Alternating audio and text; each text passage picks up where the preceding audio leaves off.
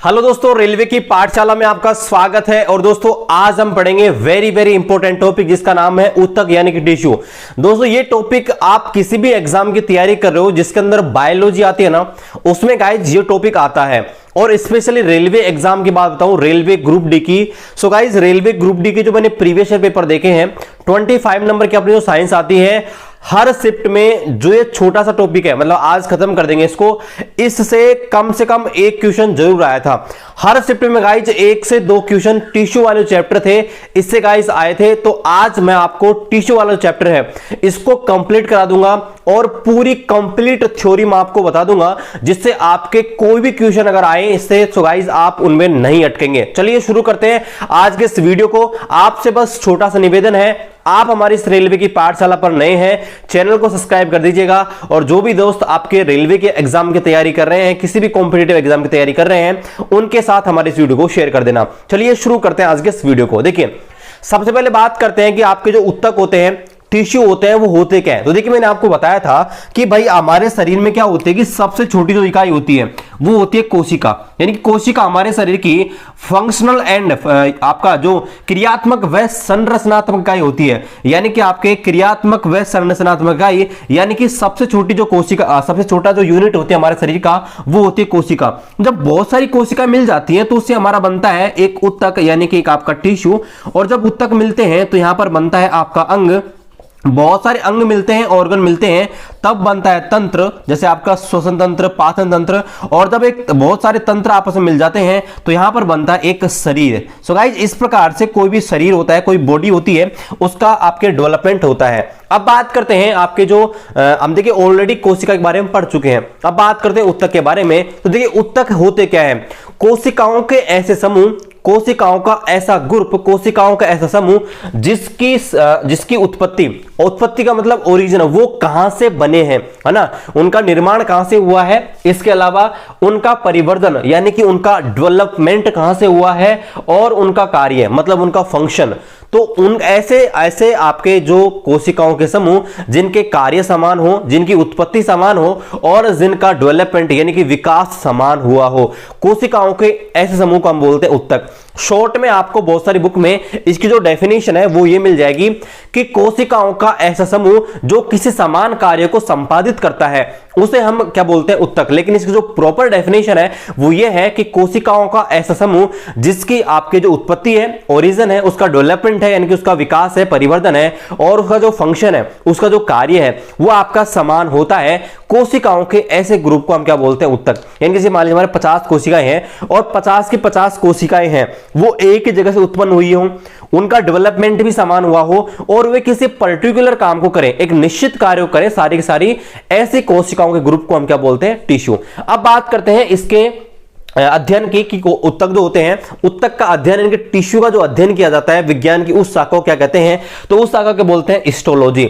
यानी कि very important है, आपसे एग्जाम में पूछेगा कि जो ऊतक होते हैं, ऊतकों के अध्ययन को क्या किस नाम से जाना जाता है, तो ध्यान रखना कि ऊतकों के अध्ययन को बोलते हैं हिस्टोलॉजी यानी कि ऊतक विज्ञान। अब बात करते हैं क्लासिफिकेशन ऑफ टिश्यू यानी कि ऊतकों के आपके जो क्लासिफिकेशन है, ऊतक को किस किस कैटेगराइज में कैटेगराइज किया गया है, किस किस कैटेगरी में। तो देखिए ऊतक जो होते हैं आपके दो प्रकार के होते हैं, एक आपके होते हैं जिनको आप बोलते हैं पादप यानी कि प्लांट टिश्यू, और दूसरे होते हैं जंतु ऊतक यानी कि एनिमल टिश्यू। अब देखिए हम पहले पढ़ेंगे पादप ऊतक के बारे में। तो पादप ऊतक दो प्रकार के होते हैं, कौन कौन से, विभजोतक ऊतक यानी कि मेरिस्मेटिक, और दूसरे जिनको हम बोलते हैं परमानेंट यानी कि स्थायी। अब बात करते हैं विभजोतक ऊतक की यानी कि मेरिस्मेटिक की। तो मेरिस्मेटिक 3 प्रकार के होते हैं, मैं आपको एक एक के बारे में यहां पर डिटेल से बताऊंगा, लेकिन यहां पर बात कर रहे हैं कि कैसे कैसे पढ़ना है, किस किस चीज के बारे में पढ़ना है वो डिस्कस कर रहे हैं। देखिए तो आपका जो विभजोतक ऊतक होता है, मेरिस्मेटिक टिश्यू होता है, वो आपके 3 प्रकार के होता है। कौन कौन सा, एक होता है शीर्षस्थ जिसको बोलते हैं एपिकल, दूसरा होता है अंतर्वेशी यानी कि इंटरकैलरी, तीसरा होता है पार्श्वीय यानी कि लेटरल। इसके बाद बात करते हैं परमानेंट जो होते हैं, स्थायी ऊतक होते हैं, वो आपके 2 प्रकार के होते हैं, एक होते हैं सरल ऊतक, एक आपके होते हैं स्थायी आपके जटिल ऊतक। तो सरल जो होते हैं, सरल स्थायी ऊतक जो होते हैं 3 प्रकार के होते हैं, एक होता है मधुतक, पैरेन्काइमा। और गाइस आपने देखा होगा, आपने अगर प्रीवियस ईयर क्वेश्चन करे हैं तो ये नाम आपने जरूर सुनोगे, parenchyma, collenchyma, sclerenchyma, xylem, phloem, और इनके ऊपर गाइस बहुत सारे प्रश्न बनते हैं, सारे कराएंगे आज, ठीक है। तो देखिए आपका जो परमानेंट है यानी कि स्थायी उत्तक होते हैं दो प्रकार के होते हैं, सिंपल और कॉम्प्लेक्स। तो सिंपल वाले जो है उन्हें हम बोलते हैं तीन प्रकार के होते हैं, यानी कि मृदुतक जिसको बोलते हैं पैरेन्काइमा, दूसरा होता है स्थूल कोण उत्तक जिसको बोलते हैं कोलेनकाइमा, और तीसरा होता है दृढ़ उत्तक जिसको बोलते हैं स्क्लेरेन्काइमा। इसके बाद बात करते हैं कॉम्प्लेक्स यानी कि जटिल उत्तकों की। तो जटिल उत्तक दो होते हैं, जाइलम और फ्लोएम। इसके अलावा ये आपके होते हैं सारे के सारे पादप उत्तक। फिर हम पढ़ेंगे जंतु उत्तकों के बारे में यानी कि एनिमल टिश्यू के बारे में। इनको हम चार भागों में कैटेगराइज करते हैं, कौन कौन से? उपकला यानी कि एपिथेलियम उत्तक, दूसरे होते हैं संयोजी यानी कि कनेक्टिव टिश्यू, तीसरे होते हैं पेशीय यानी कि मस्कुलर, और चौथे होते हैं तंत्रिका यानी कि नर्वस, ठीक है। तो अब यहां पर पढ़ते हैं एक एक के बारे में गाइस डिटेल से। तो चलिए शुरू करते हैं। सबसे पहले पढ़ते हैं पादप उत्तक में, और पादप उत्तक में सबसे पढ़ते हैं विभुजोतक उत्तक के बारे में। लेकिन इससे पहले आप इस जो क्लासिफिकेशन है इसको नोट डाउन करना चाहे नोट डाउन कर सकते हैं, फिर हम आपको एक एक करके सबके बारे में यहां पर डिटेल से आपको स्टडी करवाते हैं।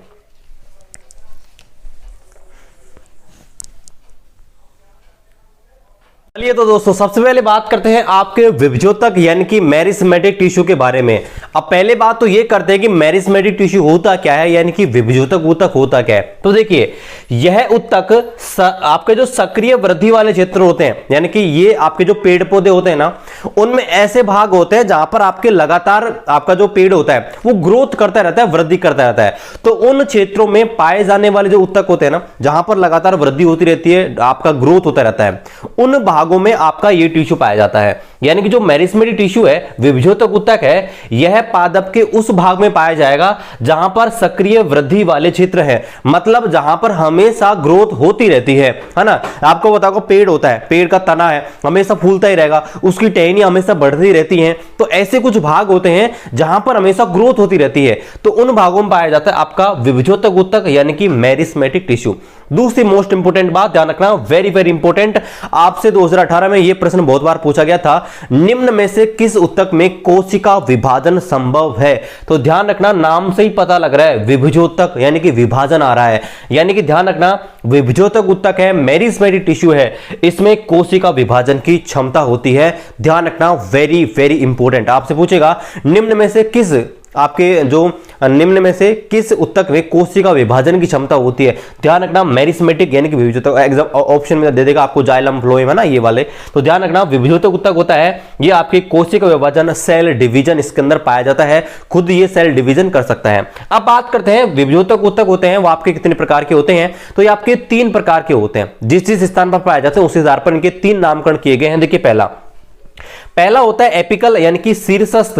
शीर्षस्थ देखिए जैसे मान लीजिए ये आपका कोई पेड़ है, ये मैंने एक पेड़ का डायग्राम सा बना दिया है ना, ये पेड़ है, ये इस पेड़ का ऊपर वाला हिस्सा है, ये जो पेड़ है यहां पर इसकी टहनियां निकल रही हैं इस प्रकार से, ये इसका तना है और ये इसकी आपके जड़ टाइप की है। अब देखिए अब यहां पर जो बात करते हैं सबसे पहले एपिकल की यानी कि शीर्षस्थ की, तो शीर्षस्थ जो पाया जाता है ना, जो एपिकल मेरिस्मेटिक टिश्यू पाया जाता है वो आपके स्तंभ यानी कि आपका जो तना होता है वह मूल जड़ के शीर्ष भागों में पाया जाता है। स्तंभ जो होते हैं और जो जड़ होती हैं उनके शीर्ष भागों में ऊपर वाला जो हिस्सा होता है ना उसमें पाया जाता है। मान लीजिए ये है तो इसका जो ऊपर वाला हिस्सा, मान लीजिए जो आपका कोई जड़ है तो जड़ का ऊपर वाला हिस्सा है ना, और तना जो होता है इसका ऊपर वाला जो हिस्सा होता है इसमें पाया जाता है एपिकल टिश्यू है ना, ये वाला एपिकल मेरिस्मेटिक टिश्यू।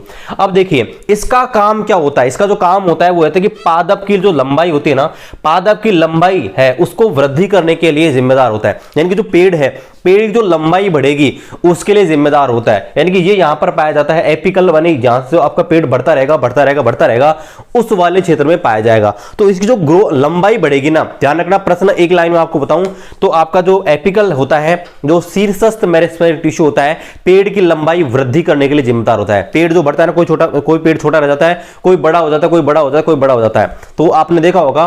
तो यहां पर आपको ध्यान रखना है जो आपका लंबाई जो बढ़ती है ना, लंबाई जो बढ़ती है वो इसकी वजह से बढ़ती है एपिकल यानी कि शीर्षस्थ विभुजोतक उत्तक की मदद से। ये उत्तक होता है आपकी जो पेड़ होते हैं लंबाई को वृद्धि करने में सहायक होता है।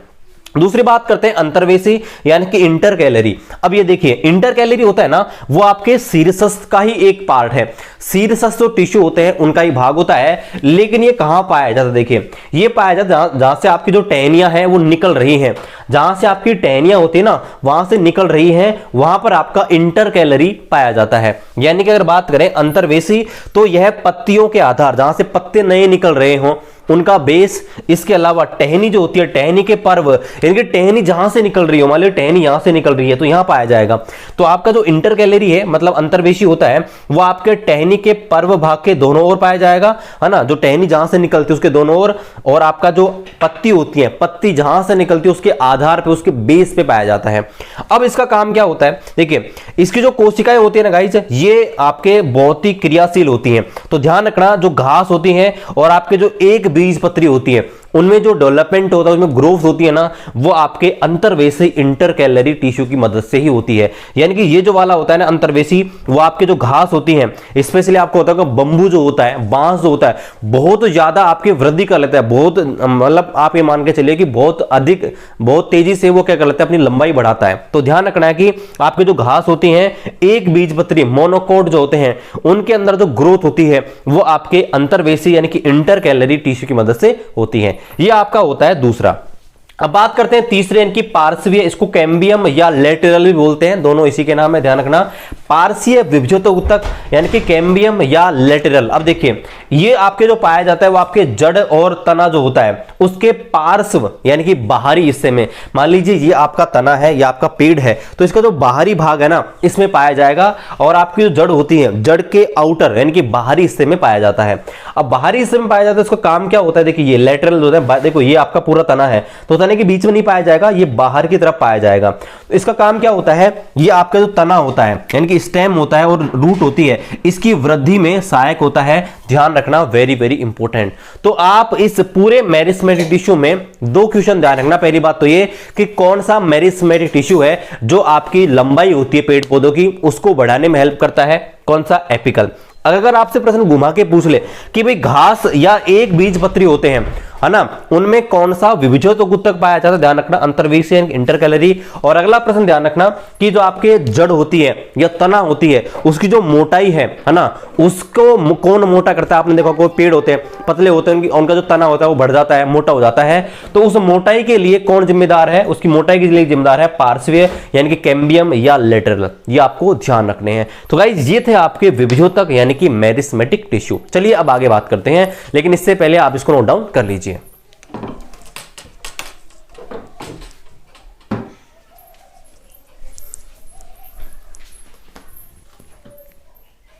तो चलिए दोस्तों अब यहां पर बात करते हैं स्थायी ऊतक यानी कि परमानेंट टिश्यू के बारे में। तो देखिए सबसे पहले बात करते हैं कि परमानेंट टिश्यू है उनकी पहचान क्या है, कैसे पहचान करेंगे कि भाई आपका स्थायी ऊतक है यानी कि परमानेंट टिश्यू है। तो देखिए इस प्रकार के जो ऊतक होते हैं ना उनमें विभाजन की क्षमता यानी कि सेल डिवीजन की जो क्षमता होती है वो सामान्यतः नहीं होती है, यानी कि उनमें सेल डिवीजन पॉसिबल नहीं होता है। दूसरी बात, ये जो ऊतक होते हैं वो क्या करते हैं? वृद्धि करके, ग्रोथ करके अपने एक निश्चित शेप आपके बना लेते हैं, यानी कि इन ऊतकों में विभाजन की क्षमता सामान्यतः नष्ट होती है और ये ऊतक वृद्धि करके एक निश्चित आकार व आकृति को ग्रहण कर लेते हैं। ऐसे ऊतक होते हैं वो आपके स्थायी ऊतक कहलाते हैं।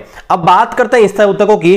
तो स्थायी ऊतक मेनली तीन प्रकार के होते हैं। पहला होता है पेरेन्काइमा, दूसरा कोलेनकाइमा और तीसरा स्क्लेरेन्काइमा। तो चलिए तीनों के बारे में डिटेल से पढ़ते हैं। देखिए पहले पढ़ते हैं, सबसे पहले वो आपके जो स्थायी ऊतक होते हैं दो प्रकार के होते हैं, सॉरी स्थायी ऊतक दो प्रकार के होते हैं, सरल स्थायी ऊतक और आपका जटिल स्थायी ऊतक। फिर आपके जो सरल स्थायी ऊतक होते हैं फिर आपके तीन प्रकार के होते हैं, आपका कोलेनकाइमा, आपका स्क्लेरेन्काइमा और आपका पेरेन्काइमा। तो सबसे पहले पढ़ते हैं सरल स्थायी ऊतक, और सरल स्थायी ऊतक में पढ़ते हैं सबसे पहले पेरेन्काइमा यानी कि मृदूतक। देखो इसको हिंदी में बोलते हैं मृदूतक और अंग्रेजी में बोलते हैं पेरेन्काइमा। ध्यान रखना, जो इंग्लिश मीडियम वाले स्टूडेंट हैं उनको मैं बताना चाहूंगा कि भाई आप इंग्लिश में इनको याद करिएगा, जो नाम है इनको आप इंग्लिश में ही याद करिएगा, नहीं तो एग्जाम में आप कंफ्यूज हो जाओगे। ठीक है, तो देखिए पहले बात करते हैं मृदूतक। तो देखिए तो मृदूतक जो होता है या पेरेन्काइमा जो होता है, इसकी जो कोशिका भित्ति होती है, सेल वॉल होती है, वो आपके पतली होती है, बहुत ही थिन होती है। इसके अलावा किसकी बनी होती है? सेल्यूलोज की बनी होती है। ये आपको ध्यान रखना है।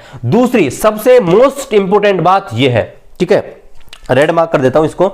सबसे मोस्ट इंपोर्टेंट बात यह है, आपसे प्रश्न पूछ जाएगा निम्न में से किस ऊतक में उसकी कोशिकाओं के बीच रिक्त स्थान पाया जाता है। वेरी वेरी इंपोर्टेंट, 2018 में क्वेश्चन बार बार पूछा गया था। सो गाइस, पैरेनकाइमा जो ऊतक होता है, इसकी जो कोशिकाएं होती हैं उनके बीच रिक्त स्थान पाया जाता है, यानी कि गैप पाया जाता है, ब्लैंक स्पेस पाया जाता है। और उन ब्लैंक स्पेस को क्या बोलते हैं?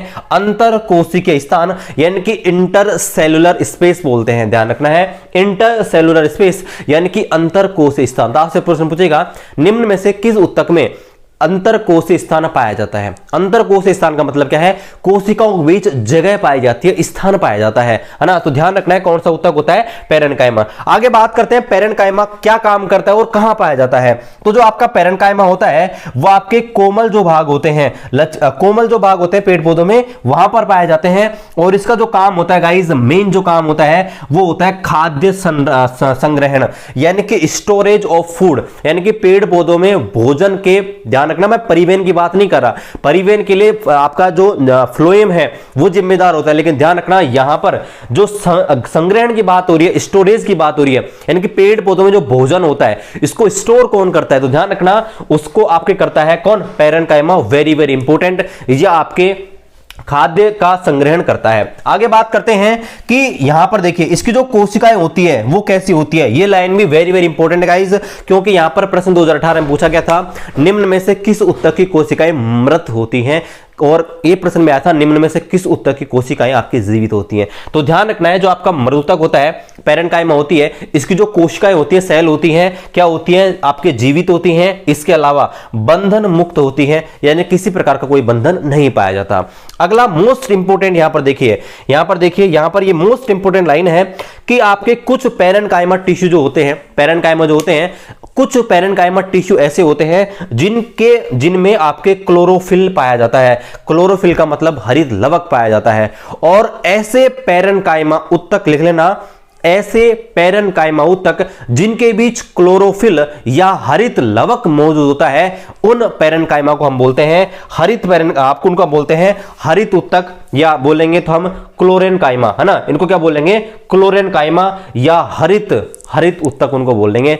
ध्यान रखना गाइस, वेरी वेरी इंपॉर्टेंट है। ओके, और last very very important question है, वो भी ये रहा, देखिए कि जलीय जो पेड़ पौधे होते हैं, जैसे मान लीजिए आपको पता होगा सिंघाड़ा होता है, वो आपके जल में ही आता है, कमल होता है, तो बहुत सारे पेड़ पौधे होते हैं जो आपके जल में ही आपके पैदा होते हैं। तो देखिए जलीय जो पेड़ पौधे होते हैं उनकी कोशिकाएं जो है, उनकी जो कोशिकाएं है ना, जो सेल्स हैं, उनके बीच क्या होता है गाइस? उनके अंदर उनके अंदर क्या पाई जाती है? गुहिकाएं पाई जाती हैं। और ये जो गुहिकाएं जो होती हैं वो क्या करती हैं? उत्प्लावन बल जनरेट करती हैं। उत्प्लावन बल का मतलब वह बल जो ऊपर की ओर, यानी कि पानी में कोई चीज डूबी हुई है उसको ऊपर की ओर धकेलता है। तो ध्यान रखना है जो आपका पैरेनकाइमा टिश्यू होता है वहां पे क्या होता है? जलीय जो पेड़ पौधे होते हैं उनमें जो आपका पैरेनकाइमा टिश्यू होती है, इसकी कुछ कोशिकाओं में हवा की गुहिकाएं पाई जाती हैं। और ये जो हवा की गुहिका है ना, हवा की जो गुहिका होती है वो क्या करती है? उनको डूबने नहीं देती है। आपको पता होगा पानी में वो चीज नहीं डूबेगी जो एक प्रकार से क्या हो? हल्की हो। तो अगर हम मान लीजिए जैसे आपने लकड़ी डाल दी, लकड़ी हल्की होती है, पानी से वो डूबती नहीं है। तो इसी प्रकार से आपके जलीय जीव होते हैं उनमें पैरेनकाइमा जो होता है, पैरेनकाइमा कोशिका की कुछ पैरेनकाइमा टिश्यू, उसकी कुछ कोशिकाओं में हवा की गुहिका, एक प्रकार से हवा की गुफा मान लो ना, आपके हवा की कुछ गुहिकाएं पाई जाती हैं, है ना, जो क्या करती हैं? जो आपके जलीय जीव होते हैं उनको तैरने में उत्प्लावन बल मदद करती है, जिससे आपका जो पेड़ पौधा है पानी में नहीं डूबे। और उससे क्या कहते हैं गाइस? ध्यान रखना, वेरी वेरी इंपॉर्टेंट, एरेनकाइमा। आपसे पूछेगा एरेनकाइमा क्या काम आता है, तो ध्यान रखना एरेनकाइमा पैरेनकाइमा का ही रूप है जो पेड़ पौधे जलीय जीव में रहते हैं उनको वो डूबने से बचाता है। ये आपको ध्यान रखना है। सो गाइस, ये था आपका पैरेनकाइमा यानी कि मृदुतक के बारे में सब कुछ। ठीक है, तो चलिए इसको आप नोट डाउन कीजिए, फिर मैं आपको अगला जो स्क्लेरेनकाइमा है और आपका जो कोलेनकाइमा है उनके बारे में बताते हैं।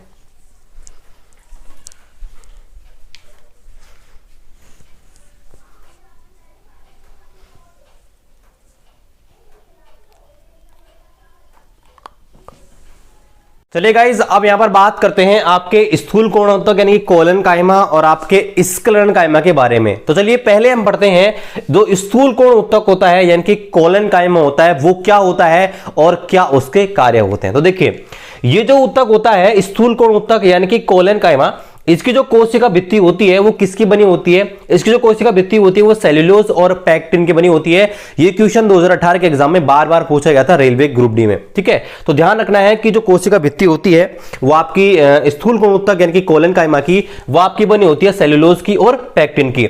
दूसरा most very very very very important question 2018 में गाइस, ये क्वेश्चन बार बार रिपीट हुआ था। निम्न में से कौन सा ऊतक पेड़ पौधों में लचीलेपन के लिए जिम्मेदार होता है? ध्यान रखना है, कोलन कायमा कोलन कायमा कोलन कायमा याद कर लीजिए, है ना। मैं आपको वैसे बताऊंगा अभी कैसे याद कर सकते हो, है ना। तो ध्यान रखना है कि जो आपका कोलन कायमा होता है वो पेड़ पौधों में लचीलापन यानी कि फ्लेक्सिबिलिटी या फ्लेक्सिबल स्ट्रेंथ है, उसके लिए जिम्मेदार होता है।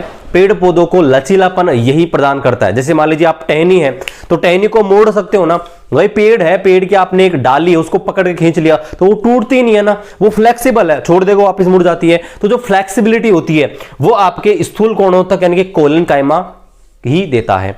अगली बात वेरी वेरी इंपॉर्टेंट, ऐसा कौन सा ऊतक है जिसकी कोशिकाएं अनियमित रूप से मोटी होती हैं? तो ध्यान रखना है कि जो आपका स्थूल कोण ऊतक होता है इसकी कोशिकाएं पहली बात तो जीवित होती हैं, ये भी आपके जीवित होती हैं, और ये अनियमित रूप से जो कोने होते हैं, है ना, जो आपके कॉर्नर्स होते हैं वहां पर क्या होती है? मोटी होती है, थिक होती है। तो ध्यान रखना है स्थूल कोण ऊतक कोलन कायमा ऊतक के बारे में ये, यानी कि ऐसा कौन सा ऊतक है जिसकी कोशिकाएं कॉर्नर यानी कि कोनों पर थोड़ी मोटी होती है? तो ध्यान रखना है आपका स्थूल कोण ऊतक। अब बात करते हैं वेरी वेरी इंपॉर्टेंट दृढ़ ऊतक यानी कि स्क्लेरन कायमा के बारे में। तो देखिए स्क्लेरन कायमा के बारे में पहला मोस्ट इंपॉर्टेंट प्रश्न कि ऐसा कौन सा ऊतक है निम्न में से जिसकी कोशिकाएं मरी हुई होती है, यानी कि डेड सेल यानी कि मृत कोशिकाओं से बना होता है? तो ध्यान रखना है दृढ़ ऊतक यानी कि स्क्लेरन कायमा होता है, इसकी कोशिकाएं डेड होती है, मरी हुई होती हैं। जैसे आपको 3 पढ़ाए अभी, पहला पैरेन्काइमा, दूसरा कोलन कायमा, तीसरा स्क्लेरन कायमा। तो ऑप्शन में यही डाल देंगे, पूछेंगे निम्न में से किस ऊतक है जिसकी कोशिकाएं डेड होती हैं? तो ध्यान रखना है दृढ़ ऊतक यानी कि स्क्लेरन कायमा की। दूसरा वेरी वेरी इंपॉर्टेंट क्वेश्चन, हर बात इंपॉर्टेंट गाइस, यहां पर एक एक लाइन जो लिखी है ना वेरी वेरी इंपॉर्टेंट एग्जाम की दृष्टि से। अगली बात, इसकी जो कोशिका भित्ति होती है उस पर लिग्निन पाया जाता है ना, लिग्निन होता है, और लिग्निन होने की वजह से ये काफी मोटी होती है। जैसे नारियल का जो रेशा होता है, नारियल आपने देखा होगा, नारियल का जो रेशा होता है बाहर का वो मोटा होता है, बहुत ज्यादा थिक होता है, वो किसकी वजह से होता है? लिग्निन के कारण। तो आपसे पूछेगा कि भाई स्क्लेरन कायमा जो होता है, स्क्लेरन कायमा टिश्यू जो होता है उसकी कोशिका भित्ति किसके कारण मोटी होती है? तो ध्यान रखना है आपके लिग्निन के कारण मोटी होती है। और मोस्ट इंपोर्टेंट ये वाला जो लाइन है ये भी very very very very important है। आपसे 2018 में पूछा गया था कि कौन सा ऊतक पेड़ पौधों को कठोरता प्रदान करता है? कठोरता का मतलब हार्डनेस प्रदान करता है। तो ध्यान रखना है आपका स्क्लेरन कायमा, very very very very important, ठीक है। तो ध्यान रखना है यह ऊतक पेड़ पौधों को यांत्रिक सहारा, यांत्रिक सहारा का मतलब है जैसे हम मान लीजिए कोई पेड़ है, वो आपके क्या हो रहा है, आपका जो पेड़ है वो आपके क्या हो रहा है, पेड़ आपके वृद्धि कर रहा है, तो उसका जो मूल है उसको कठोरता, है ना, यानी कि वो मुड़े नहीं, यांत्रिक जो देगा, है ना, मैकेनिकल जो आपको सहारा देगा, यांत्रिक सहारा देता है, और कठोरता हार्डनेस जो प्रदान करता है वो गाइस आपका दृढ़ ऊतक प्रदान करता है स्क्लेरन कायमा। अब देखिए कैसे याद करेंगे, कंफ्यूजन, अगर आप कंफ्यूजन है तो कैसे याद करेंगे? देखिए आपका पैरेन्काइमा में क्या पाया जाता है? आपका ब्लैंक स्पेस पाया जाता है कोशिकाओं के बीच, यानी कि रिक्त स्थान पाया जाता है। एक तो आपको याद रखना है।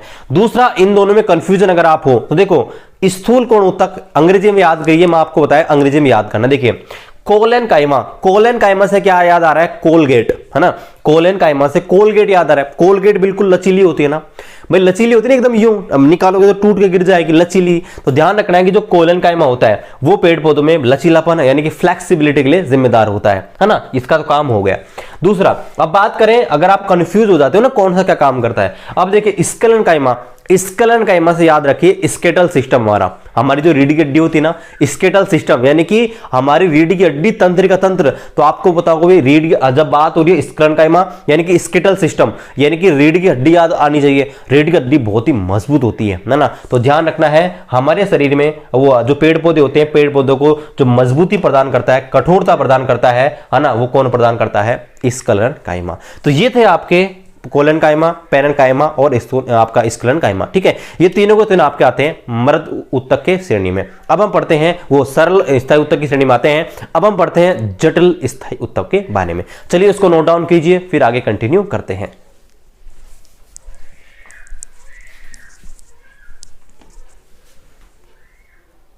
चलिए दोस्तों, अब बात करते हैं आगे जटिल ऊतक यानी कि कॉम्प्लेक्स टिश्यू की। अब देखिए, जो जटिल ऊतक होते हैं यानी कि कॉम्प्लेक्स टिश्यू होते हैं ना, वो एक से अधिक प्रकार की कोशिकाओं से मिलकर बने होते हैं। अभी देखिए, हमने सबसे पहले जो कोशिका की, वो आपके जो ऊतक थे, ऊतक की परिभाषा क्या देखी थी भाई? कोशिकाओं का ऐसा समूह जो एक ही प्रकार की कोशिकाओं से मिलकर बने हो, है ना, जिनके उद्गम स्थल यानी कि उनकी उत्पत्ति, उनका डेवलपमेंट और उनको कार्य भी एक हो। लेकिन यहां पर क्या होता है, जो जटिल ऊतक होते हैं, कॉम्प्लेक्स टिश्यू होते हैं, वो अलग अलग प्रकार की कोशिकाओं से मिलकर बने होते हैं, है ना। यानी कि ये ऊतक एक से अधिक प्रकार की कोशिकाओं से मिलकर बने होते हैं, लेकिन ध्यान रखना इनका कार्य एक ही होता है। मतलब जो काम करेंगे ना, वो ये मिलकर ही काम करेंगे, भले ही ये अलग अलग कोशिका, अलग अलग आपके क्या हो, अलग अलग प्रकार की कोशिकाएं हो। जैसे मान लीजिए भाई, मेरे पास ये अलग कंपनी का मार्कर है, ये अलग कंपनी का मार्कर है, अलग कंपनी का मार्कर है, मान लीजिए, तो काम तो एक साथ करेंगे ना बोर्ड पे, है ना। अगर मैं तीनों का इस्तेमाल कर रहा हूं तो काम एक मिलकर ही करेंगे, एक यूनिट की तरह मिलकर काम करती हैं। तो इसी प्रकार से जो कॉम्प्लेक्स टिश्यू होते हैं, जटिल ऊतक होते हैं, उनमें जो कोशिकाएं होती हैं एक से अधिक प्रकार की होती है, एक से अधिक टाइप की होती हैं, लेकिन जो कार्य करते हैं वो एक यूनिट बनाकर काम करते हैं, यानी कि आपस में एक इकाई के रूप में काम करती हैं। आपके जो जटिल ऊतक होते हैं, कॉम्प्लेक्स टिश्यू होते हैं, दो प्रकार के होते हैं। आपका दो प्रकार के होते हैं, जाइलम और फ्लोएम। अब पहली बात तो आपको ध्यान रखनी है, दोनों ऊतकों को, जाइलम और फ्लोएम दोनों को कॉमन रूप से, संयुक्त रूप से क्या कहते हैं? ध्यान रखना, समवहन ऊतक यानी कि कन्वेंशन टिश्यू। आपसे एग्जाम में पूछेगा, निम्न में से कौन सा एक संवहन टिश्यू है, यानी कि निम्न में से कौन सा एक संवहन ऊतक है, बताइए। तो ध्यान रखना, जाइलम और फ्लोएम दोनों संवहन ऊतक होते हैं। एग्जाम्पल में आपको क्या दे रखा है, ऑप्शन में क्या दे रखा है, वो आपको देखना है। तो ध्यान रखना है, जाइलम और फ्लोएम दोनों को संवहन ऊतक के रूप में जाना जाता है। अब बात करते हैं दोनों के बारे में, पढ़ते हैं डिटेल से। तो देखिए, सबसे पहले देखते हैं जाइलम। अब देखिए, नाम से ही पता लग रहा है, जाइलम यानी कि जल। इसका मतलब क्या है, ये जो आपका जो ऊतक है, ये पेड़ पौधों में जल और जो खनिज होते हैं, जो जड़ों के माध्यम से पेड़ पौधे अवशोषित करते हैं ना भाई, जड़ों से जो आपके पेड़ पौधे जो जल या खनिज या मिनरल जो होते हैं उनका अवशोषण करते हैं, उनको जड़ से लेकर तने में ले जाना और पत्तियों तक पहुंचाना, मतलब पूरे जो पेड़ जो है उसमें सप्लाई करना, ये काम होता है आपके जाइलम का। यानी कि इसका प्रमुख कार्य जल व खनिज को जड़ से लेकर तने तथा पत्तियों तक पहुंचाना होता है। दूसरी बात आपको ध्यान रखनी है, इसकी जो कोशिकाएं होती हैं वो कठोर होती है और लिग्निन होती है ना, ये आपको ध्यान रखनी है।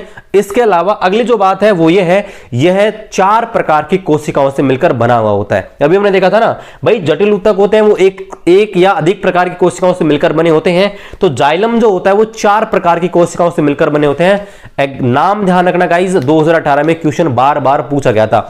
प्रश्न इस प्रकार से पूछा गया था, निम्न में से कौन सा आपके जाइलम का एक भाग नहीं है? जाइलम के 4 भाग होते हैं, ध्यान रखना, एग्जाम में पूछा जाएगा निम्न में से कौन सा जाइलम का एक भाग नहीं है। तो देखिए, पहला होता है वाहिनिकाएं यानी कि ट्रैंकिट्स, दूसरी होती है वाहिकाएं यानी कि वेसल्स, तीसरा होता है जाइलम तंतु यानी कि जाइलम फाइबर, और चौथा होता है जाइलम मृदुतक यानी कि जाइलम पेरेन्काइमा। ध्यान रखना, ये 4 भाग होते हैं, नाम आपको ध्यान रखने हैं।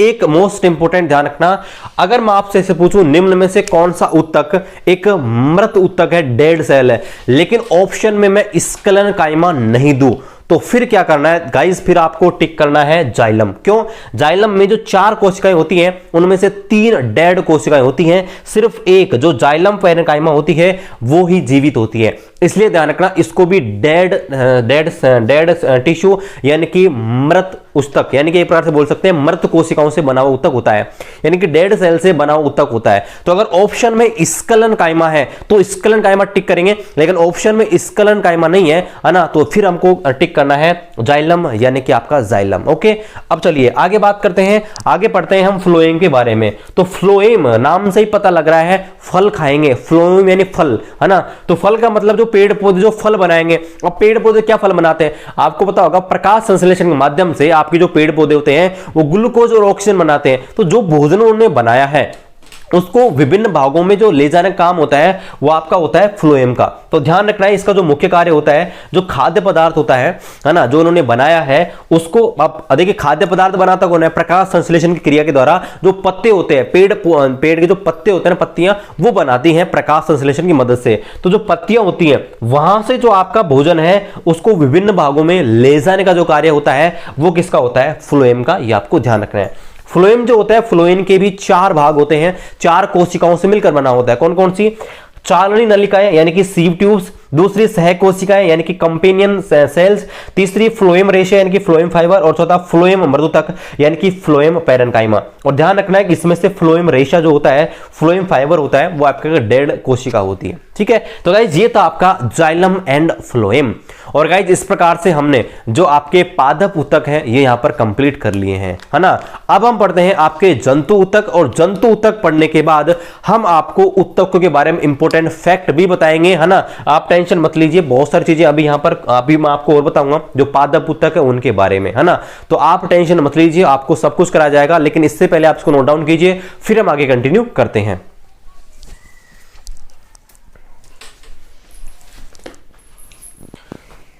तो चलिए दोस्तों, अब बात करते हैं आपके जंतु ऊतक यानी कि एनिमल टिश्यू के ऊपर। अब दोस्तों यहां पर देखिए, जो बायोलॉजी है ना, एक ऐसी विषय है जिसको अगर मैं बोर्ड में पढ़ाता हूं ना, तो मेरे को हर चीज गाइज बोर्ड पर नोट करनी होती है। सो गाइज मैंने अब सोचा है कि जो आगे की जो कक्षाएं आएंगी उन पर मैं आपको पीडीएफ बना के और पढ़ाने की कोशिश करूंगा, क्योंकि आपको पता है कि बोर्ड पे लिखने में बहुत टाइम लग जाता है। सो मैं कोशिश करूंगा कि जो मैटर है उसको मैं पहले पीडीएफ के रूप में तैयार कर लूं और फिर आगे कक्षाएं हैं वो कंटिन्यू करूं। तो चलिए यहाँ पर शुरू करते हैं। अब देखिए, सबसे पहले प्रकार के बारे में बात करते हैं जंतु ऊतक की, जिसका नाम है एपिथेलियम ऊतक यानी कि उपकला ऊतक। ये गाइस वेरी वेरी इंपॉर्टेंट है। अब चलिए बात करते हैं इसके बारे में। देखिए, पहली बात तो ये कि ये जो ऊतक होता है यानी कि एपिथेलियम ऊतक होता है, वह जंतुओं का जो शरीर होता है। पहली बात तो ये कि जंतु होते हैं ना, सिर्फ उनमें ही पाया जाता है, मतलब पेड़ों में नहीं पाए जाते ये वाला ना।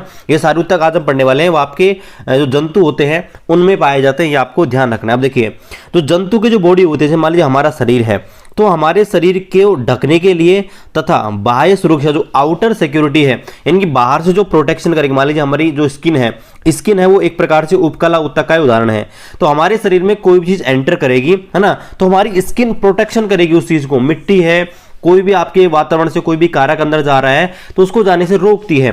तो यहां पर ये जो आपके एपिथेलियम ऊतक होते हैं, उपकला ऊतक होते हैं, उनका काम होता है कि शरीर को ढकना, इसके अलावा बाह्य सुरक्षा यानी कि आउटर प्रोटेक्शन है किसी भी बॉडी को यहां पर प्रदान करना। आगे देखिए, ये इसके अलावा ये जो आपके टिश्यू होते हैं एपिथेलियम ऊतक, ये अलग अलग प्रकार के शारीरिक तंत्र होते हैं, उनको अलग करने के लिए अवरोध का भी निर्माण करते हैं। मतलब एक प्रकार से ये अवरोध बनाते हैं आपके शरीर के अंदर, जिससे आपके जो शरीर जो है, शरीर का ढांचा जो है, अलग अलग प्रकार के जो तंत्र हैं वो यहाँ पर अलग अलग कार्य कर सकें।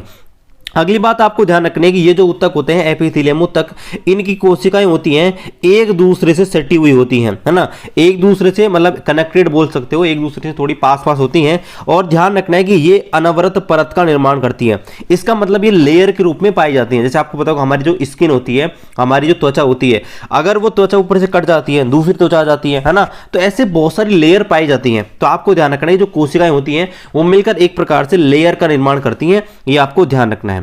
अब इनका काम देख लीजिए, काम क्या होता है। इनका काम होता है कि ये ऊतक शरीर की तथा बाह्य आपके जो वातावरण है और आपके जो विभिन्न अंग हैं उनके बीच जो पदार्थ होते हैं उनका आदान प्रदान करते हैं। मतलब आपका जो बॉडी और जो आपका बाह्य वातावरण है, उससे कोई चीज आपके शरीर में आ रही है उसको एंटर करने से रोकना, उसको चेक करना, ये आपके काम होता है। तो ये देखिए, यहां पर आपको ध्यान रखने की जो एग्जांपल है वो वेरी वेरी इंपॉर्टेंट है। देखिए आपसे प्रश्न कैसे पूछा जाएगा, आपको बता दूं, प्रश्न ऐसे पूछा जाएगा, निम्न में से कौन सा जो ऊतक होता है वो आपका एपिथेलियम ऊतक से बना हुआ पार्ट होता है। तो ध्यान रखना, हमारी जो स्किन होती है एपिथेलियम ऊतक होता है, मुंह जो होता है, माउथ का जो अस्तर बना होता है वो आपके एपिथेलियम ऊतक का होता है। आहार नली जो होती है ना, जो हमारी आहार नली होती है वो इसी की बनी होती है। आहार नली, रक्त नहीं, रक्त वाहिनियां जो होती हैं, है ना, जो आपकी जो नसें जो होती है ना, शिरा धमनियां, वो आपकी इसी की बनी होती हैं। इसके अलावा फेफड़े जो होती हैं, फेफड़े की कूपिकाएं और आपकी जो किडनी की जो नलिकाएं होती हैं, वो गाइस आपके एपिथेलियम ऊतक की बनी होती हैं। ये आपको ध्यान रखना है। अब आगे बात करते हैं, एपिथेलियम ऊतक के भी कई टाइप के नाम होते हैं। देखिए पहले बात करते हैं सरल सल्की एपिथेलियम। अब देखिए ये जो ऊतक होता है, हमारी जो आहार नाल होती है ना, एलिमेंट्री कैनाल, इसमें पाया जाता है। इसके अलावा हमारी जो त्वचा होती है, ध्यान रखना, हमारी जो त्वचा होती है सरल सल्की एपिथेलियम ऊतक का प्रकार होती है। इसके अलावा मुंह का जो अस्तर होता है ना, वो भी आपके क्या होता है, एपिथेलियम ऊतक से बना होता है। अब ये जो आपका जो हमारी जो स्किन होती है ना, स्किन के बारे में आपको एक चीज जान रखनी है कि हमारी जो स्किन होती है कट जाती है, फट जाती है, तो उसको बचाने के लिए इसमें कई सारी परतें पाई जाती हैं, ये आपको ध्यान रखना है। और जो त्वचा होती है उसे हमारे शरीर का रक्षात्मक कवच कहते हैं। एक प्रकार से कवच होता है जो हमारे शरीर की रक्षा करती है ना, स्किन को हमारे शरीर का रक्षात्मक कवच कहा जाता है, ये आपको ध्यान रखना है।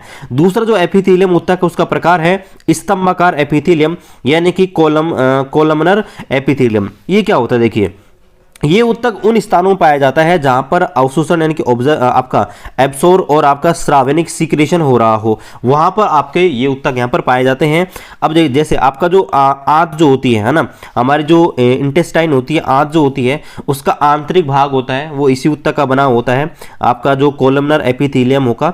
और आपको ध्यान रखना है कि जो स्तंभाकार एपिथेलियम होते हैं, इसकी कोशिकाएं लंबी होती है और पतली होती है। अगली बात करें पचमापी स्तंभाकार एपिथेलियम यानी कि आपका कोलमनर एपिथेलियम। ये देखिए हमारे अपनी नाक आपने देखी होगी, नाक के अंदर जो बाल पाए जाते हैं, छोटी छोटी संरचनाएं जो होती हैं, आंखों में भी छोटी छोटी संरचनाएं जो होती हैं, उन्हें हम बोलते हैं पचमापी एपिथेलियम। ये क्या करती हैं, ये हमारे शरीर में बाल जैसी संरचनाएं जो होती है ना, वो क्या करती है, श्लेष्मा को आगे जाने से रोकती हैं, साफ करती है ना। जैसे हम श्वास लेते हैं तो नाक, हमारे श्वास के माध्यम से कोई मान लीजिए कोई गंदगी है ना, मिट्टी धूल कण है, वो हमारे शरीर में प्रवेश कर रहे हैं तो उनको रोकती है। तो ये जो आपके बनते हैं, जिस ऊतक से बनते हैं, उन्हें हम बोलते हैं पचमापी स्तंभाकार एपिथेलियम। इसके अलावा अगला जो प्रकार है उसे हम बोलते हैं घनाकार यानी कि क्यूबॉइडल एपिथेलियम। तो आपको ध्यान रखना, हमारे शरीर की जो लार ग्रंथि होती है ना, सलाइवा होती है, और आपकी जो वृक्कीय नली होती है ना, यानी जो किडनी की जो नली होती है, उसका अस्तर आपके घनाकार एपिथेलियम से बना हुआ होता है। अब बात करते हैं इसके दूसरे प्रकार की, जो कि है वेरी वेरी इंपॉर्टेंट, जिसका नाम है संयोजी ऊतक यानी कि कनेक्टिव टिश्यू। तो देखिए नाम से ही पता लग रहा है कि संयोजी यानी कि जोड़ने वाला। तो देखिए ये जो ऊतक होते हैं ना, कनेक्टिव टिश्यू होते हैं, वो करते क्या है, हमारे शरीर के विभिन्न भाग जो होते हैं, विभिन्न अंग होते हैं, विभिन्न ऑर्गन जो होते हैं और विभिन्न ऊतक होते हैं, उनको आपस में कनेक्ट करने का काम करते हैं, है ना। और ये जो ऊतक होते हैं, है ना, यहाँ पर देखिएगा, ये यहाँ टाइपिंग एरर है, ये जो ऊतक है, इसकी कोशिकाएं अंतर कोशिकीय आधात्री में दसी होती हैं। आपसे प्रश्न पूछ जाएगा जो कनेक्टिव टिश्यू होते हैं, है ना, इसकी कोशिकाएं किसके अंदर पाई जाती हैं, किसके अंदर दसी होती है। तो ध्यान रखना है कि संयोजी ऊतक होते हैं, कनेक्टिव टिश्यू होते हैं, उनकी कोशिकाएं अंतर कोशिकीय यानी कि इंटरसेलुलर जो मैट्रिक्स होती है उसके अंदर पाई जाती हैं। अगली बात आपको ध्यान रखना है कि रक्त के अलावा जो भी आपके कनेक्टिव टिश्यू होते हैं, उनमें जो कोशिका होती है, उनमें संरचनात्मक प्रोटीन है, यहाँ पर स्रावित होती है ना। और उस प्रोटीन को हम क्या बोलते हैं, कोलेजन तंतु कहते हैं। यानी कि आपका जो ब्लड है, ब्लड भी एक प्रकार का कनेक्टिव टिश्यू होता है, लेकिन आपको ध्यान रखना है जो आपका ब्लड जो है, ब्लड में क्या नहीं पाया जाता, ब्लड के अलावा जो भी संयोजी ऊतक होते हैं गाइज, आपको ध्यान रखना है, उनमें संरचनात्मक प्रोटीन स्रावित होती है। और उस जो संरचनात्मक प्रोटीन है उसे हम बोलते हैं कोलेजन तंतु। और ये जो कोलेजन तंतु होता है वो काम क्या करता है, वो आपके जो तंतु आपके ऊतक होते हैं, ऊतकों को शक्ति, प्रत्यास्थता और लचीलापन यानी कि पावर, आपका फ्लेक्सिबिलिटी आपके प्रदान करता है। अब यहाँ पर बात करते हैं ब्लड के बारे में। तो ब्लड भी एक प्रकार का क्या होता है, कनेक्टिव टिश्यू होता है, लेकिन कैसा होता है, ध्यान रखना, तरल ऊतक होता है ना, लिक्विड कनेक्टिव टिश्यू होता है, तरल संयोजी ऊतक होता है, ये आपको ध्यान रखना है, तरल संयोजी ऊतक। हालांकि इसके बारे में आगे हम पढ़ेंगे, जब हम ब्लड वाला चैप्टर पढ़ेंगे, है ना, आपका सर्कुलेटरी सिस्टम पढ़ेंगे, तब आपको डिटेल से बताएंगे। आपको ध्यान रखना है कि जो आपका ब्लड है उसमें जो लिक्विड पार्ट होता है, लिक्विड पार्ट, उसको हम बोलते हैं प्लाज्मा, ये आपको ध्यान रखना है, प्लाज्मा बोलते हैं उसको, ठीक है। अब बात करते हैं यहाँ पर जो आपका कनेक्टिव टिश्यू है वो कितने प्रकार का होता है उसके बारे में। तो पहला जो होता है आपका होता है स्नायु यानी कि लीगामेंट। ध्यान रखना गाइस, ये वेरी वेरी इंपॉर्टेंट है। एक एक बात जो है ना, देखिए आपसे प्रश्न पूछा स्नायु के बारे में। देखिए क्या स्नायु जो होता है ना, जो आपका लीगामेंट होता है वो दो अस्थियों को, दो बोन्स को आपस में कनेक्ट करता है। ये प्रश्न रेलवे ग्रुप डी में बहुत बार पूछा गया है कि दो बोन जो होती हैं, दो अस्थियां होती हैं, उनको आपस में कौन कनेक्ट करता है। तो ध्यान रखना है कि लीगामेंट यानी कि स्नायु, स्नायु दो अस्थियों को आपस में कनेक्ट करता है ना, दोनों हड्डियों के बीच की जॉइंट होती है, संधि होती है, उसे हम बोलते हैं स्नायु। यह ऊतक बहुत ही लचीला होता है और बहुत ही मजबूत होता है, ये आपको ध्यान रखना है। अब देखिए इसके अलावा जोड़ने के साथ साथ क्या करता है, ये जो अस्थियां होती हैं, अस्थियों के बारे में आपको ध्यान रखना है। जो हमारे शरीर में जो अस्थियां होती है, बोन्स होती हैं, वो शरीर के विभिन्न जो कोमल भाग होते हैं, है ना, जो आपके कोमल भाग होते हैं, लचीले भाग होते हैं, उनको संरचनात्मक ढांचा प्रदान करती है और जो कोमल ऊतक होते हैं उनको सुरक्षा प्रदान करती है। कौन? अस्थियां। ठीक है। दूसरी बात, दूसरा होता है टेंडन, इसको हिंदी में बोलते हैं कंडरा। आपको ध्यान रखना है टेंडन जो होता है वो आपको ध्यान रखना है कि अस्थियों को मांसपेशियों से, यानी कि गाइस वेरी वेरी इंपॉर्टेंट है। यहां पर देखिए जो आपकी बोन्स होती है, आपसे पूछा जाएगा कि भाई बोन्स जो होती हैं, बोन्स को मसल से कौन जोड़ता है, यानी कि आपकी जो अस्थियां होती हैं, अस्थियों को मांसपेशियों से कौन कनेक्ट करता है। तो ध्यान रखना है कि tendon, very very important. Okay, इसके बाद बात करते हैं कार्टिलेज यानी कि उपास्थि के बारे में। तो देखिए कार्टिलेज क्या होता है, यह अस्थियों के जोड़ों को चिकना बनाता है, यानी कि जो वहां पर अस्थियां जो होती हैं उनके ज्वाइंट जो होते हैं उनको चिकना बनाने का कार्य करता है। और देखिए ये कहाँ कहाँ पाया जाता है, ये आपको ध्यान रखना है। पहला, हमारी जो मनुष्य की नाक जो होती है ना, वो कार्टिलेज की होती है, आसानी से मुड़ जाती है ना। आपने देखा होगा आप नाक को ऐसे दाएं बाएं घुमा सकते हो, हमारे कान को पकड़ के आप ऐसे मोड़, मतलब दाएं बाएं मोड़ सकते हो ना। इसके अलावा कंठ जो होता है ना, कंठ जो आपके गले में होता है वो श्वास नली होती है वो। तो ये फ्लेक्सिबिलिटी इनके अंदर जो आती है ना, ये किसकी वजह से आती है? कार्टिलेज की वजह से। ध्यान रखना गाइस, ये एग्जाम में बार बार पूछा गया है। मनुष्य की नाक, कान, कंठ और श्वास नली होती है वो आपकी उपास्थि यानी कि कार्टिलेज की बनी होती है। इसके बाद बात करते हैं फैट टिश्यू यानी कि आपके वसा में ऊतक। तो देखिए नाम से ही पता लग रहा है, देखिए ये टाइपिंग एरर है ना। तो यह जो ऊतक होता है वो आपके वसा का संग्रह करता है, मतलब जो आपकी फैट होती है उसका स्टोरेज करने का काम करता है। इसके अलावा इसका काम क्या होता है, देखिए इसके अलावा आपका जो ऊतक होता है वो त्वचा यानी कि स्किन जो होती है और आपके जो आंतरिक अंग है इनके बीच पाया जाता है। गाइज यहाँ पर ये क्वेश्चन वेरी वेरी इंपॉर्टेंट है, आपसे रेलवे ग्रुप डी 2018 में बार बार पूछा गया था कि कौन सा ऊतक आपके स्किन जो होती है और आंतरिक जो अंग होते हैं, इंटरनल ऑर्गन जो होते हैं उनके बीच पाया जाता है। तो ध्यान रखना, फैट टिश्यू यानी कि वसा में ऊतक होता है वो आपके स्किन और इंटरनल जो ऑर्गन होते हैं उनके बीच में पाया जाता है। और ध्यान रखना है ये एक प्रकार का ऊष्मीय कुचालक भी होता है, यानी कि ऊष्मीय कुचालक का मतलब क्या है? ऊष्मीय कुचालक का मतलब क्या है कि टेम्परेचर बढ़ेगा तो इसके ऊपर कोई इफेक्ट नहीं पड़ेगा, टेम्परेचर घटेगा तो इसके ऊपर कोई इफेक्ट नहीं पड़ेगा। आगे बात करते हैं एरियोलर ऊतक यानी कि एलियोलर टिश्यू के बारे में। तो देखिए ये आपके पाया जाता है स्किन और मांसपेशियों के बीच। ध्यान रखना चारों जो है चारों पांच जो है वेरी वेरी इंपॉर्टेंट है, कौन सा कहां पर पाया जाता है। तो ये जो ऊतक होता है एरियोलर ऊतक, ये का काम करता है, ये आपकी स्किन होती है और मसल्स जो होती है, मांसपेशियां, इनके बीच पाया जाता है। और यह शरीर के जो खाली अंग होते हैं ना गाइस, ब्लैंक जो आपके स्पेस होते हैं शरीर के अंदर, उनको भरने का काम करता है, उनकी मरम्मत रिपेयरिंग करता है, मतलब चोट लग जाती है, घाव लग जाते हैं, उनकी रिपेयरिंग करने का काम यही करता है ना। और ये आपके पाया जाता है कहाँ? देखिए एक तो अस्थि मज्जा होती है बोन मैरो उसमें, और आपकी जो वेसल्स यानी कि नस जो होती हैं उनके अंदर आपका एलियोलर टिश्यू आपके पाया जाता है। अब बात करते हैं तीसरे प्रकार के आपके एनिमल टिश्यू की, जिसका नाम है पेशीय यानी कि मस्कुलर टिश्यू। ये भी गाइस वेरी वेरी इंपॉर्टेंट है, इसमें भी बहुत सारे क्वेश्चंस आपके बनते हैं। देखिए तो पहली बात तो जो पेशीय ऊतक होता है ये किससे मिलकर बना होता है? जो पेशीय ऊतक होता है ना गाइस, वो आपकी लंबी व बेलनाकार तंतुओं से, बेलनाकार आपके सिलेंड्रिकल और आपके लॉन्ग फाइबर से मिलकर बना हुआ होता है। और इन लॉन्ग फाइबर जो होते हैं इनको बोलते हैं पेशीय तंतु यानी कि मायोफाइब्रिल। ठीक है। अब देखिए ये जो आपके पेशीय ऊतक होते हैं ये हमारे शरीर की गति के लिए जिम्मेदार होते हैं। आपको पता होगा हमारे शरीर को हम हिला पाते हैं, सड़क पर चल पाते हैं।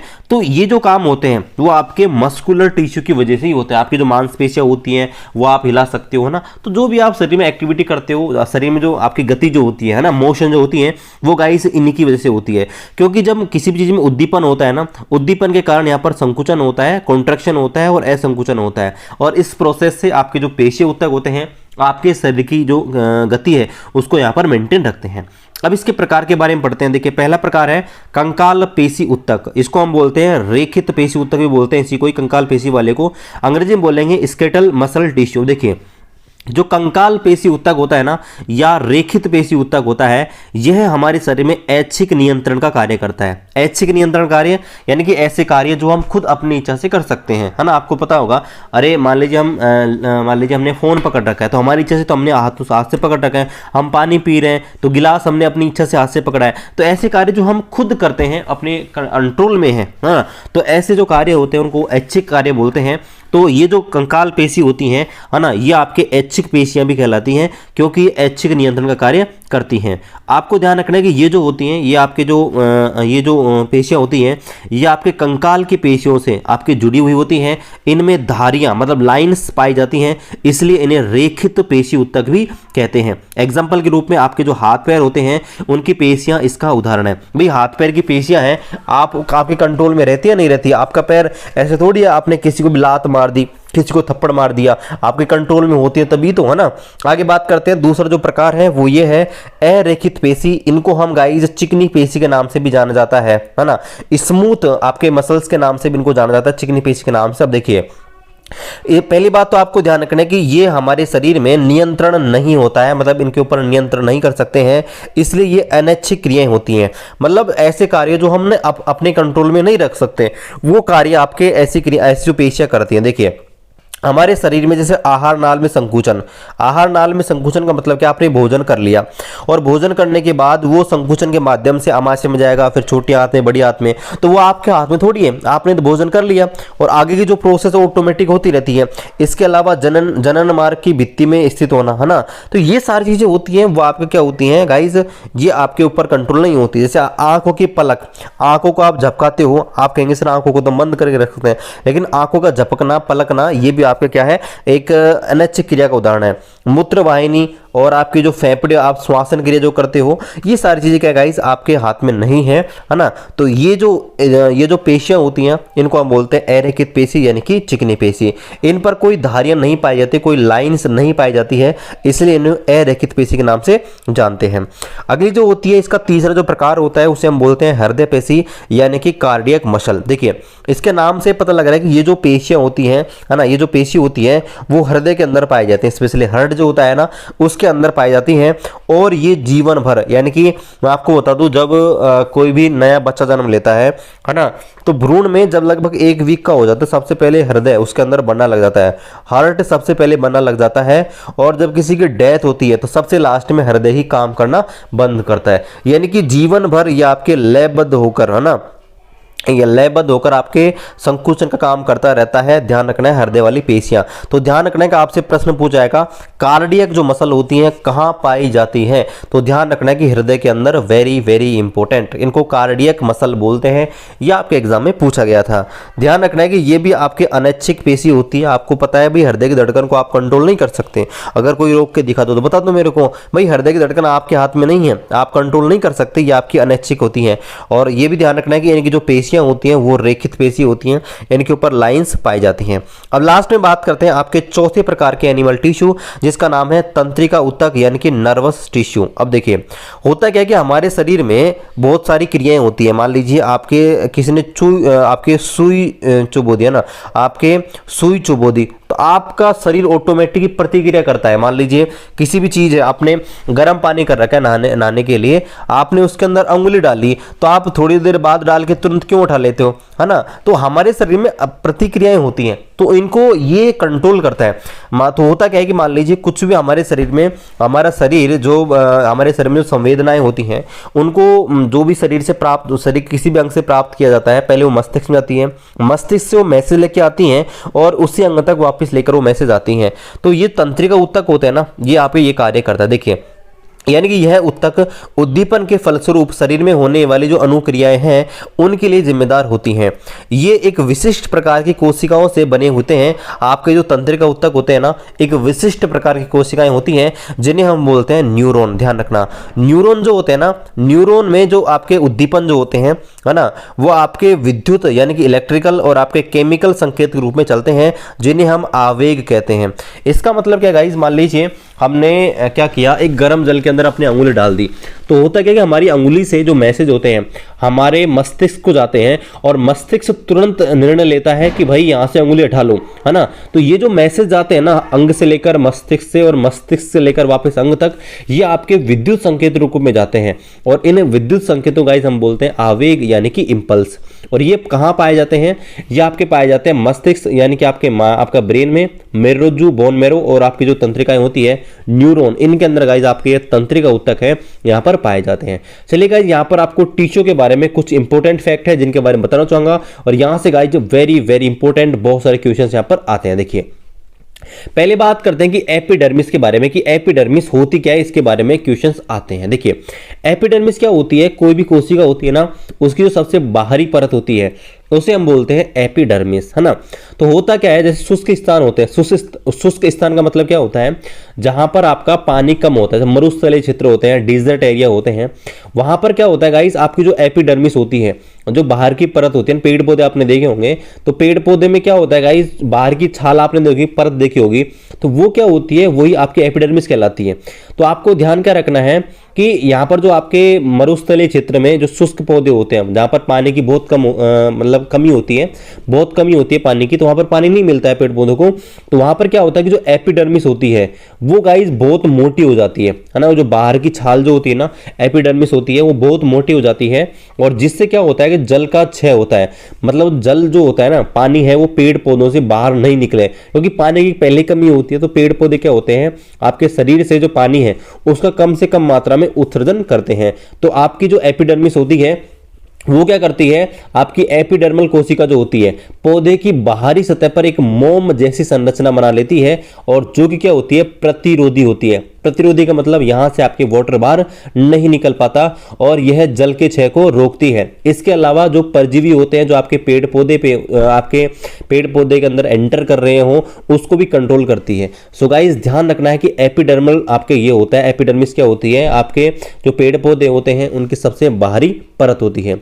एक चीज और आपको ध्यान रखनी है, आपके जड़ होती हैं, जड़ों में भी एपिडर्मल कोशिकाएं पाई जाती हैं, लेकिन उनका कार्य क्या होता है, आपके जड़ जो होते हैं उनसे पानी को सोखना, है ना। जो जड़ होती है उनसे पानी को सोखने का काम आपका इसका होता है। सबसे इंपॉर्टेंट बात करते हैं इसके बाद में, रंध्र स्टोमेटा के नाम आपने जरूर सुना होगा इस। तो स्टोमेटा क्या होता है, जो पत्तियां होती हैं, पेड़ जो होते हैं उनकी पत्तियां होती है ना, तो वहां पर जो एपिडर्मिस होता है, एपिडर्मिस का मतलब सबसे बाहरी भाग, उसमें छोटे छोटे छिद्र पाए जाते हैं। इन छिद्रों को हम क्या बोलते हैं, स्टोमेटा यानी कि रंध्र कहते हैं गाइस। और इनका काम क्या होता है, ध्यान रखना, इनका जो काम होता है, एक तो आपकी वायुमंडल जो होता है, एनवायरनमेंट होता है, उससे गैसों का विनिमय करना, मतलब गैसों का आदान प्रदान करना, और इसके अलावा वाष्प उत्सर्जन का मतलब है कि पेड़ पौधे के पास जब पानी अधिक मात्रा में हो जाता है ना, तो वो उसका उत्सर्जन कर देते हैं वाष्प के रूप में, है ना। तो इस प्रोसेस को बोलते हैं वाष्प उत्सर्जन। तो रंध्र जो होते हैं उनके दो कार्य होते हैं, एक तो आपके जो गैस होती है वातावरण में उनका विनिमय करना, आदान प्रदान करना, और दूसरा वाष्प उत्सर्जन करना। ठीक है, ये था आपका रंध्र। अब बात करते हैं क्यूटिन। क्यूटिन का नाम भी आपने जरूर सुना होगा। सो गाइस, क्यूटिन क्या होती है, मरुस्थलीय जो पेड़ पौधे होते हैं, डिजर्ट एरिया में जो पेड़ पौधे होते हैं, उनकी बाहरी सतह पर एपिडर्मिस जो होता है, एपिडर्मिस यानी कि एपिडर्मिस का मतलब क्या होता है, बाहर की छाल। तो एपिडर्मिस की जो बाहर की छाल है उस पर क्यूटिन नामक एक पदार्थ की परत बनी होती है, और ये जो क्यूटिन जो परत है, क्यूटिन की लेयर बन जाती है बाहर, वो क्या काम करती है, जल अवरोधक का काम करती है, मतलब पानी को बाहर जाने से रोकती है। तो ध्यान रखना क्यूटिन क्या होती है। तो आपसे प्रश्न पूछ जाएगा क्यूटिन क्या होती है, तो ध्यान रखना क्यूटिन क्या होती है। आपसे प्रश्न ऐसे पूछ जाएगा कि भाई मरुस्थलीय पेड़ पौधे जो होते हैं उन पर पानी को बाहर जाने से रोकने के लिए, वाष्पोत्सर्जन को कंट्रोल करने के लिए वहां पर मोम जैसी एक संरचना, आपके मोम जैसे नहीं, आपसे पूछ जाएगा एक अवरोध जैसी संरचना पाई जाती है, उसको हम क्या बोलते हैं। तो ध्यान रखना, उसे हम बोलते हैं क्यूटिन, ये आपको ध्यान रखना है।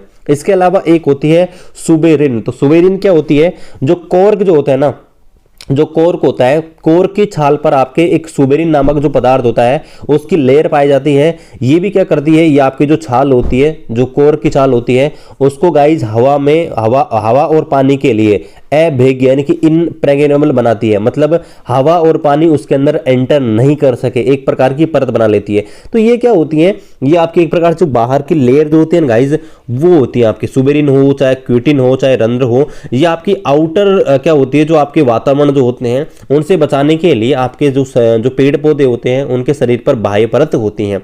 सो गाइज आज हमने पढ़े हैं आपके एनिमल और प्लांट टिश्यू। आशा करते हैं कि आपको यहां पर समझ आ गया होगा। सो गाइज मिलते हैं आपसे अगले वीडियो में। चैनल पर आप नए हैं, चैनल को सब्सक्राइब कर दीजिएगा।